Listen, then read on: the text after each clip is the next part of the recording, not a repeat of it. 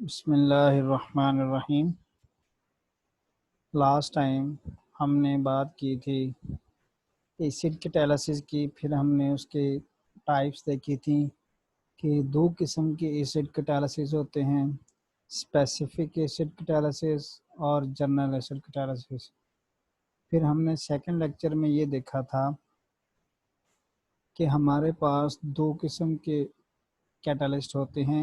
एक ये है कि होमोजीनियस कैटालिस्ट हो सकता है और दूसरा क्या है, हेट्रोजीनियस कैटालिस्ट हो सकता है। तो आज हम बात करेंगे बेस कैटालिसिस की, बिल्कुल उसी तरह से जिस तरह हमने एक रिएक्शन के अंदर एक एसिड ऐड किया था। आज जो है वो हम रिएक्शन के अंदर जो है वो बेस ऐड करेंगे जो कि एक्ट करेगा एज ए कैटालिस्ट। तो सबसे पहले हम डेफिनेशन की बात करते हैं। A base catalyst increases the rate of reaction by removing a proton from the reactant। सबसे पहले हम बात करते हैं कि बेस असल में है क्या। तो बेस की कॉमन डेफिनेशन यही होती है कि जब बेस को किसी रिएक्टेंट्स के अंदर या मिक्सचर के अंदर डाला जाए, ठीक है, तो वो क्या करता है कि रिएक्टेंट्स में से या प्रोडक्ट्स में से, अगर हम ओवरऑल बात करते हैं तो हम कहते हैं कि ये रिएक्शन मिक्सचर में से प्रोटॉन को क्या करवाता है, रिमूव करवाता है। इसकी सबसे बेस्ट और कॉमन एग्जांपल है hydroxyl ion, hydroxyl negative ion. ठीक है, तो अब हाइड्रोक्सल नेगेटिव आयन जो होता है वो क्या करता है कि सिर्फ और सिर्फ प्रोटॉन पे जाके अटैक करता है। यहाँ पर एक पॉइंट क्लियर करता जाऊं कि आमतौर पर ये क्वेश्चन किया जाता है कि न्यूक्लियोफाइल और बेस कैटालिस्ट में क्या फ़र्क है। तो न्यूक्लियोफाइल जो होता है वो चूंकि न्यूक्लियस लविंग होता है, इसका मतलब ये है कि न्यूक्लियोफाइल हर उस एटम पर अटैक करने की कैपेबिलिटी रखता है जिसके ऊपर पॉजिटिव चार्ज होता है। चूंकि न्यूक्लियोफाइल है, न्यूक्लियस लविंग है, तो जहां पर भी पॉजिटिव चार्ज होगा या इलेक्ट्रॉन की हम डेफिशिएंसी की बात करते हैं, तो जहां पर भी जिस एटम के पास भी इलेक्ट्रॉन की डेफिशिएंसी होगी तो न्यूक्लियोफाइल जो है वो ये कैपेबिलिटी रखता है कि वो उस पर क्या कर सके, अटैक कर सके। अब यहाँ पर स्पेसिफाई नहीं है कि कौन सा एटम जो है वो उस पर अटैक करेगा न्यूक्लियोफाइल। यहाँ पर सिर्फ एक बात क्लियर होती है कि कोई भी एटम हो, ठीक है, न्यूक्लियोफाइल के पास ये कैपेबिलिटी होती है कि वो जाके उसके ऊपर अटैक कर देता है। लेकिन बेस में क्या होता है कि बेस जो होता है वो होता तो न्यूक्लियस लविंग ही है, लेकिन यहाँ पर बेस बेस जो है उसको लिमिटाइज किया गया है। कैसे किया गया है कि वो करता तो न्यूक्लियस पे ही अटैक है, लेकिन वो हमेशा हमेशा हमेशा सिर्फ और सिर्फ प्रोटॉन के ऊपर क्या करता है, अटैक करता है। यानी कि जब भी हाइड्रोजन के ऊपर पार्शियल पॉजिटिव चार्ज या कंप्लीट पॉजिटिव चार्ज आ जाए तो वहां पर जो अटैक करने वाला होगा वो क्या होगा, बेस होगा। इसका मतलब हम ये कह सकते हैं कि base is the type of nucleophile. ठीक है, तमाम जो बेस होते हैं वो न्यूक्लियोफाइल होते हैं, लेकिन जो न्यूक्लियोफाइल होता है वो ज़रूरी नहीं है कि बेस ही हो। ठीक है, न्यूक्लियोफाइल कुछ भी कोई भी हो सकता है, वो किसी के ऊपर जाके अटैक कर सकता है, लेकिन बेस के अंदर ये प्रॉपर्टी होती है कि वो सिर्फ और सिर्फ प्रोटॉन के ऊपर अटैक करता है। तो यहाँ पर हम बात करते हैं बेस कैटालिस्ट की। तो बेस कैटालिस्ट जो होगा वो हमेशा किसके ऊपर अटैक करेगा, हाइड्रोजन आयन के ऊपर अटैक करेगा या हाइड्रोजन पे अटैक करेगा जिसके ऊपर क्या होगा, पार्शियल पॉजिटिव चार्ज, या हम दूसरी वर्ड्स में बात कर सकते हैं कि जिस वो उस हाइड्रोजन पे अटैक करेगा जिसके पास क्या होगी, इलेक्ट्रॉन की डेफिशिएंसी होगी। तो a base catalyst increases the rate of reaction by removing a proton from the reactant। तो बेस जो है जैसे ही हम रिएक्शन मिक्सचर के अंदर डालते हैं तो वो क्या करता है, रिएक्टेंट में से प्रोटॉन को निकाल लेता है। ठीक है, उसकी एग्जांपल्स हैं। सबसे पहली एग्जांपल है जो आपने ऑलरेडी पढ़ी हुई है, the interconversion of keto and enol tautomers. ठीक है, कीटो फॉर्म और क्या है, इनोल फॉर्म। इनोल फॉर्म जो होती है वो अल्कोहलिक फॉर्म है, और कीटो फॉर्म आप जानते हो। अब ये दोनों आपस में क्या होते हैं, आइसोमर्स होते हैं। तो हम क्या करते हैं, अल्कोहल में से, अल्कोहलिक ऑक्सीजन में से जो प्रोटॉन होता है वो हम किस पे शिफ्ट कर देते हैं, अल्काइल ग्रुप पे शिफ्ट कर देते हैं। तो इस प्रोसेस को हम क्या कहते हैं, टाटोमरिज्म। टाटोमरिज्म में क्या होता है कि shifting of a proton from one atom to another atom in a same molecule is known as tautomerism. ठीक है, दूसरा जो है क्लाइसन कंडेंसेशन है। ये आप जो है वो डिटेल में लास्ट सेमेस्टर में पढ़ चुके हो। और थर्ड जो है द इन डाइओल रीअरेंजमेंट, यानी कि अल्कीन जो है उसमें हम कन्वर्ट करते हैं किसके अंदर, डाइओल के अंदर। ठीक है, ये डाइओल को कन्वर्ट करते हैं इन के अंदर। तो उसमें हम देखते हैं कि यहाँ पर भी क्या होता है कि बेस ऐड कर देते हैं, जो ये रीअरेंजमेंट को जो है वो आगे प्रोसीड करवाता है। अब नेक्स्ट है कि टाइप्स ऑफ बेस कैटालिसिस। जिस तरह हमने एसिड कैटालिसिस में दो टाइप्स पढ़ी थी, एक थी स्पेसिफिक एसिड कैटालिसिस और दूसरी थी जर्नल बेस कैटालिसिस। तो यहाँ पर भी उसी तरह से इसकी दो टाइप्स हैं। जैसा कि like acid catalysis there are two types of base catalysis.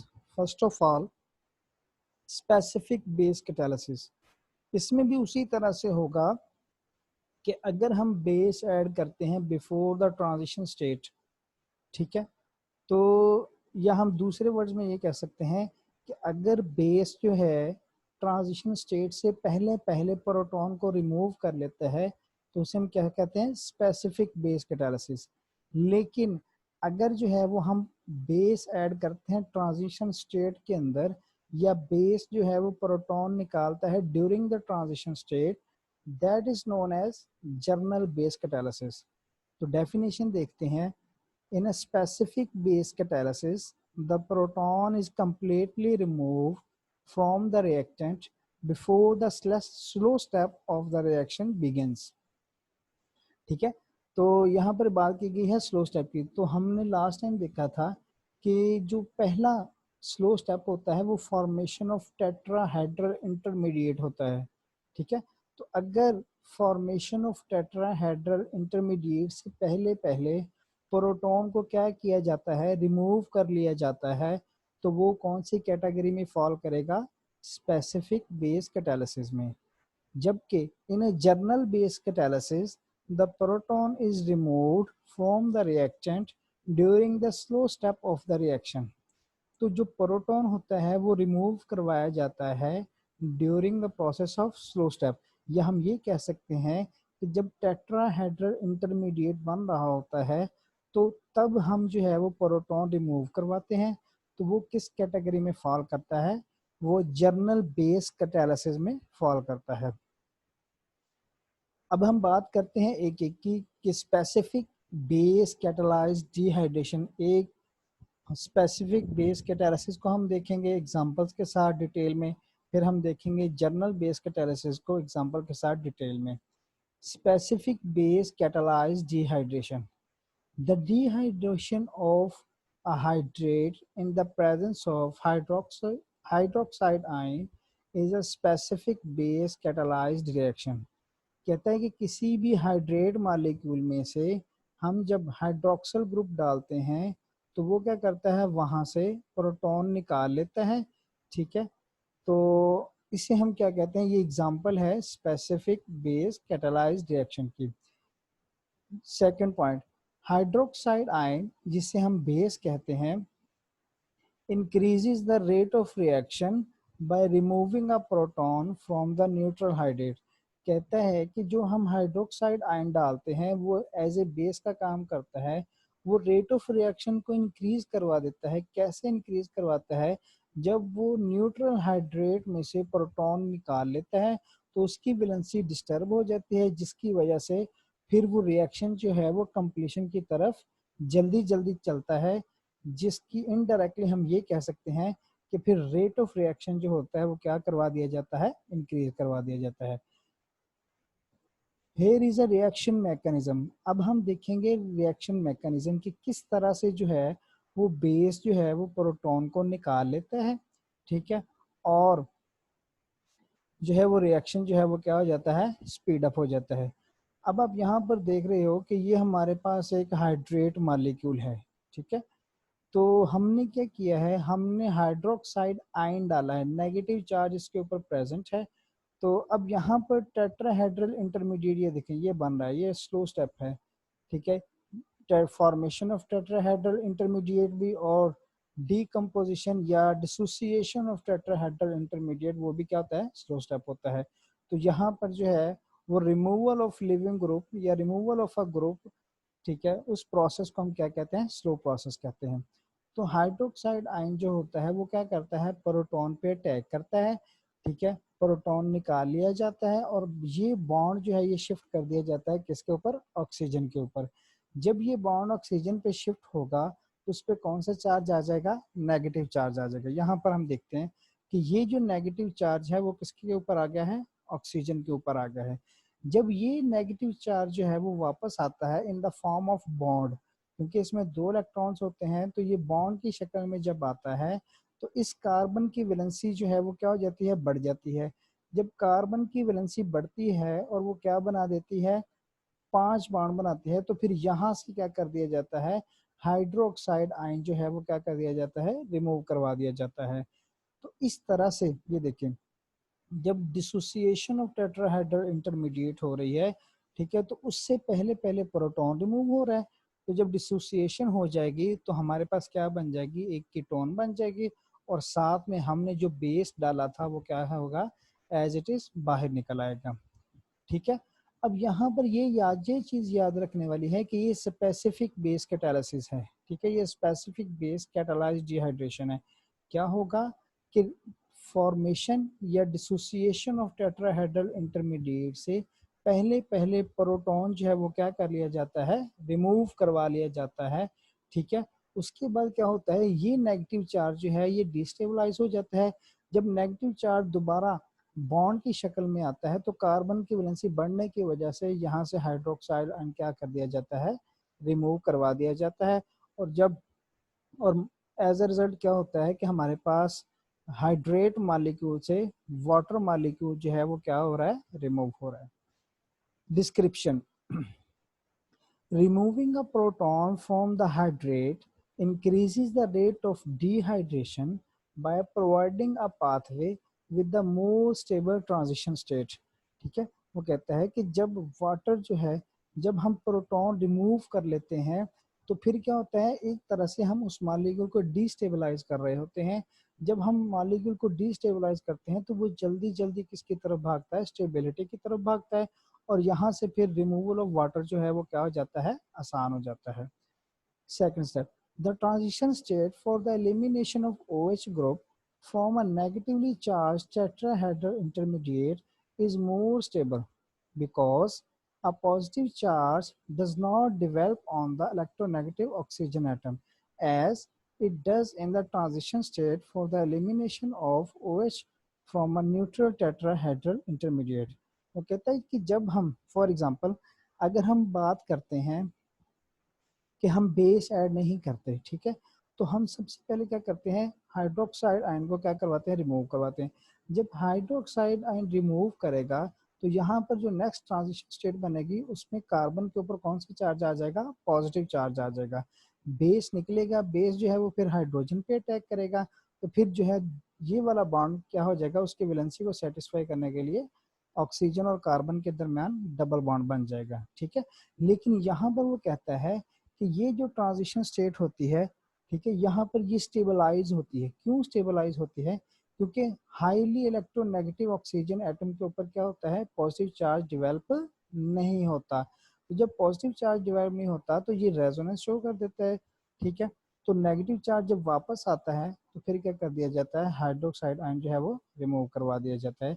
यहाँ पर देखते हैं, दोबारा से देखते हैं, the transition state for the elimination of OH group from a negative charge tetrahedral intermediate is more stable because a positive charge does not develop on the electronegative oxygen atom as it does in the transition state for the elimination of OH from a neutral tetrahedral intermediate.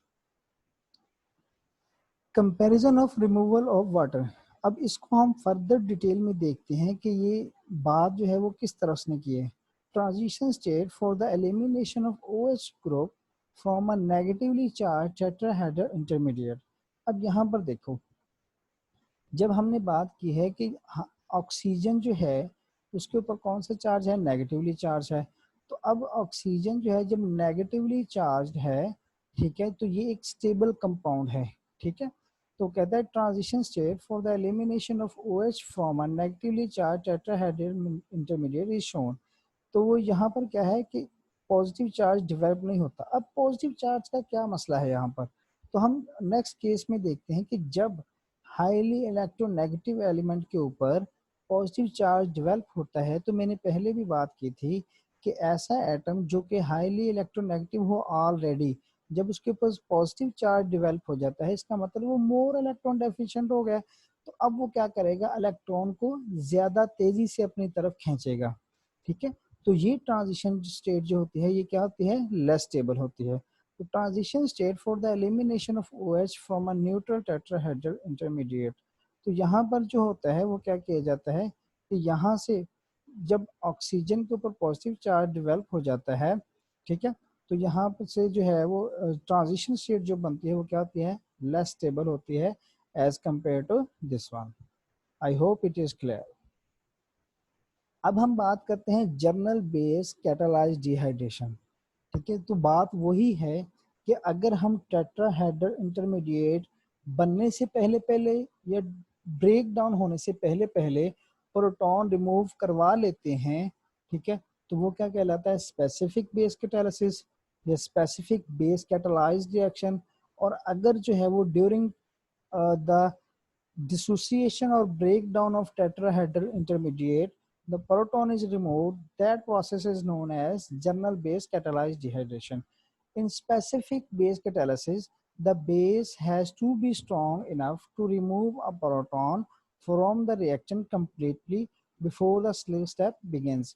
वो कहता है कि यहाँ पर वो एक वाज़ेह difference दे रहा है कि जो स्पेसिफिक बेस कैटालिसिस है उसमें हम क्या करेंगे कि हम एक स्ट्रॉन्ग बेस लेंगे। मसलन अगर कोई क्वेश्चन रेज करता है कि हमें कैसे पता चलेगा कि हम स्पेसिफिक बेस कैटालाइज को फॉलो कर रहे हैं या जनरल बेस कैटालाइज को फॉलो कर रहे हैं, तो हम ये देखेंगे कि हम जो कैटालिस्ट यूज कर रहे हैं, जो बेस कैटालिस्ट यूज कर रहे हैं, आया वो स्ट्रॉन्ग है या वीक है।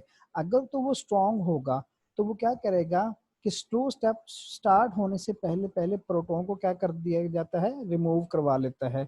लेकिन अगर हम जनरल बेस कैटालिसिस की बात करते हैं, the base can be weaker, तो बेस हमारा क्या होगा, वीकर होगा, because the proton is only partially transferred to the base in the transition state of the slow step.